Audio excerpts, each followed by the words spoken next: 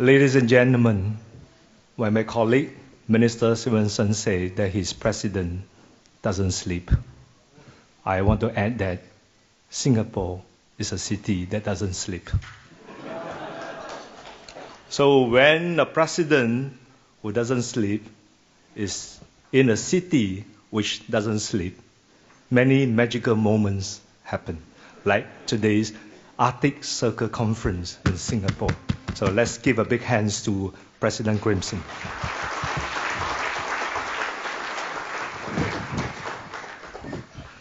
A very good evening to all of you.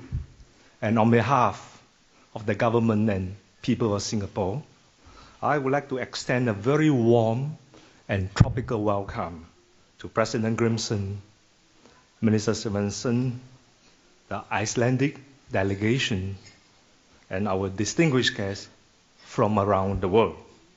And also want to express an equally warm welcome to friends from Singapore as well. Because if I don't acknowledge them, don't think I will get a lot of votes the next time at the GE. So I must also say something nice to my fellow Singaporeans. So my appreciation also goes to the excellent speakers we have heard so far since morning. And all of you have made this conference so significant and important to us and to Singapore and to those who care about the Arctic. This morning, my friend Meet Treadwell. Where's Meet? Oh, yes. So this morning, Meet mentioned that the warm smiles of the two charming ladies, First Lady Madame Mousseff and Miss Alice Rogov, the warm smile might have caused the Arctic ice to melt. Anecdotally, I couldn't agree with him more, as I know both of them well. But I also hope that the warm hospitality of the organizing committee for this conference does not contribute to further melting of the Arctic ice. So it has been a long day for all of you since the conference started early in the morning at 9 a.m. So after listening to close to 20 speakers and the panelists, so I think the last thing that people want to have is to have more speakers at this time of the day. But as all of us know that there's no free dinner in this world. So the organizers quietly asked us to make you work hard for your dinner by listening to 3 more speeches. The good thing is 1 speech has been delivered, but the bad news is there are 2 more speeches. However, I'm also very keenly aware of the danger standing between tired and hungry people and the dinner. So I shall make my remarks short so that you can end your dinner early and still have some time to look around at the Singapore city and also do some shopping here. You know, as a small country, every dollar from our overseas friends helps to boost our economy.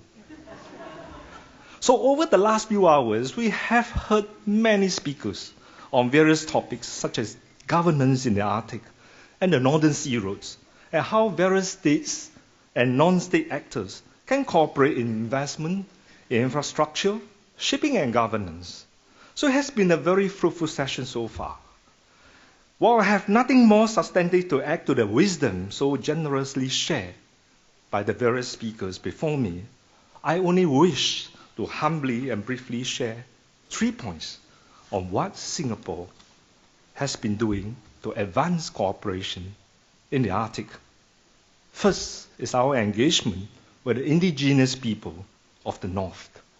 Second is our framework for engaging the Arctic on science, technology, education, and management.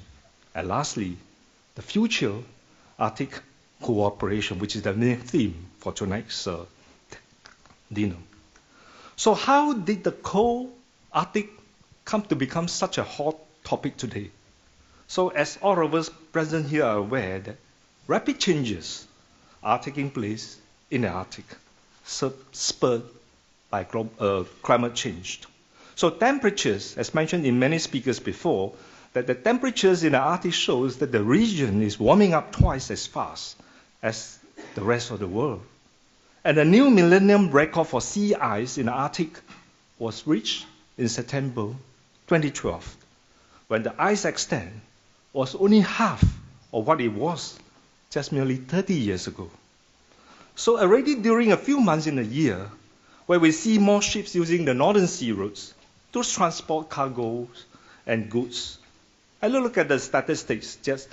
Just 10 ships used the route in 2010 compared to 71 in 2013. So this global warming has created new opportunities for shipping, for infrastructure and development, which have led to increased interest in the Arctic affairs. So the first Arctic Circle Conference in Asia, right in Singapore, is a very visible demonstration of this interest. And conversations on the Arctic has grown exponentially in a short 3 years, with this year's Arctic Circle Assembly in Reykjavik drawing 2,000 delegates from 50 countries. Why is such a great interest on the Arctic, particularly to Singapore? I remember in my first speech at the Arctic Circle Assembly in 2013, I said quite anecdotically that Singapore's future Prime Minister in 100 years' time might have to conduct his cabinet meetings in a scuba suit, as Singapore would have been completely submerged under the water then if nothing was done about climate change. So climate change has created further economic opportunities, but it has also had an impact on the indigenous people of the North and also other people around the world. So I've been very honored to make several visits to the Arctic. And in fact, I have visited 7 out of 8 Arctic Council member states so far. And to make sure that I complete the circuit, I'm going to Moscow in Russia next week. So I'm probably the only one in my government that has traveled to all the Arctic member states for the Arctic affair. And as a matter of fact, some of my colleagues call me Iceman because of my Arctic work in Singapore. So I can personally bear witness to the Arctic's beauty and unique majesty, with the region featuring breathtaking landscapes, a great ecological diversity, and the rich cultures and the heritage of the indigenous people there. As President Grimson mentioned this morning, that the Arctic has been the home to its indigenous people for hundreds, if not thousands of years. I fully understand what it means after having many opportunities of interacting with many indigenous people in the last few years. Most recently in January, I was invited by Norway to speak at the Arctic Frontiers Conference in Tromsø, where I shared Singapore's perspective on the state of the Arctic.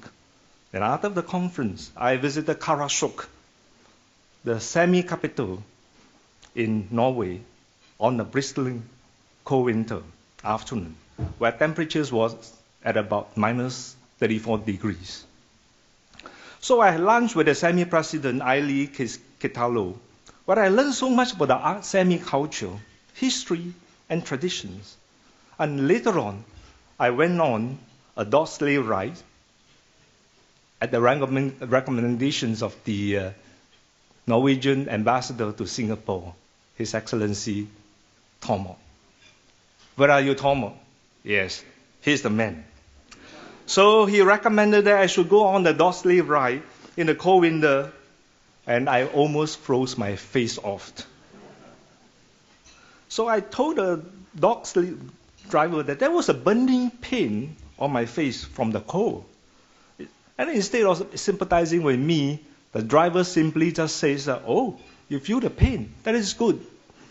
It's good, because if there's no pain, you are dead. You are dead. And then he continued to say that we live in pain every day, and the pain makes us stronger the next day. I was amazed and also very, very impressed by the resilience of the Arctic people. So I'm very happy to have made all these new friends in the Arctic, some of whom are still visiting Singapore from time to time on our study visits under the Singapore Cooperation Program in November 2014 and in December this year. So I look forward to more visits by our indigenous friends to Singapore so that we can exchange information, ideas, and understanding about the Arctic. So in my view, our engagement in the Arctic revolves around what can be referred to as science, technology, education, and management framework, or STEM, STEM in short. As Deputy Prime Minister Teo Chi-hien mentioned this morning, that Singapore is still new to the Arctic, and we are a small country with limited resources. But where possible, we'll try to work constructively with our friends and partners in the Arctic. And our university is actually exploring the many possibilities of cooperating in the Arctic.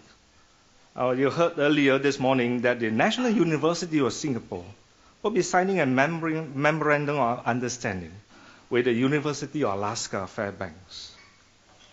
And our establishment of a corporate lab between NUS and Keppel on Arctic studies is another example of we are very keen to understand and know more about the Arctic and what's happening there.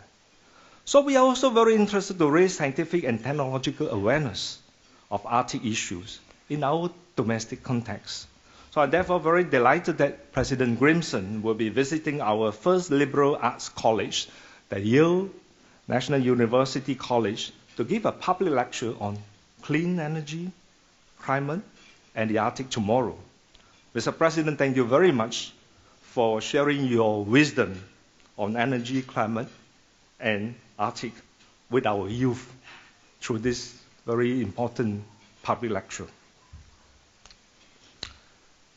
And not to mention, before I forget, I thought I should mention this also, that the Norwegian Embassy in Singapore has also gifted its Explore for the Arctic past, present, and future exhibition to Singapore on our 50th anniversary of independence. So I also want to take this opportunity to thank His Excellency Thomas for his gift and his country's gift. And how apt for this Arctic exhibitions to find his permanent home in Singapore at a venue called the Snow City. Thank you very much. And in the Arctic Council, which remains a premier intergovernmental forum for Arctic cooperation, Singapore works through the Council's various working groups, including that of the Conservation of Arctic Flora and Fauna, or CAF in short. So our National Parks Board works with CAF to track Arctic migratory birds which stop in Singapore to feed and roost during the Arctic winter. And this effort is to contribute to conserve the threatened shorebird populations while they fly all the way from the Arctic region to Singapore. So we are also developing our Sunanborough Wetland Reserve as a capacity development center. And we are delighted that, again, President Grimson will visit the reserve tomorrow. And you can see for yourself the efforts that we have put into the conservations of the habitats for not just the local birds, but also the migratory birds. So our science and technology endeavors flow seamlessly with our expertise in the engineering, especially in our maritime industry, where Singapore companies have developed good capabilities. It is therefore important that states and the governments can come together to manage their differences and work together constructively in an intergovernmental context. So the Arctic Council's two agreements on search and rescue and maritime oil pollution in 2011 and 2013 respectively are positive signs of this intergovernmental collaboration, regardless of the political differences. So under this framework of collaboration, our Maritime and Port Authority of Singapore attended a maritime pollution workshops at the U.S. Coast Guard headquarters in Washington, D.C. And they came back and they shared that it was very helpful to discuss and learn a lot of things from their counterparts and experts while they were there during the training in the U.S. So what's next for cooperation in the Arctic? We are happy to learn from everyone, be our long-time friends like the 8 Arctic Council member states or our newfound friends among the indigenous people whom we have met in the Arctic and many other places, and also among those of you who have made all the effort to come all the way here from your home country. So we have hosted, and we will continue to host several Arctic activities and events to raise public awareness, not just in Singapore, but also in this region. While Singapore believes that the 8 Arctic Council member states and the indigenous communities are the primary stewards of the Arctic, we welcome and also encourage the growth of forums like this one in Singapore as the Arctic grows in importance. It is only through dialogue and conversation that we can continue to understand each other and make constructive contributions for the Arctic, for this motherland, and for the future generations of this world. So on this note, ladies and gentlemen, thank you very much for your attention, and you may now have your main course. Thank you very much.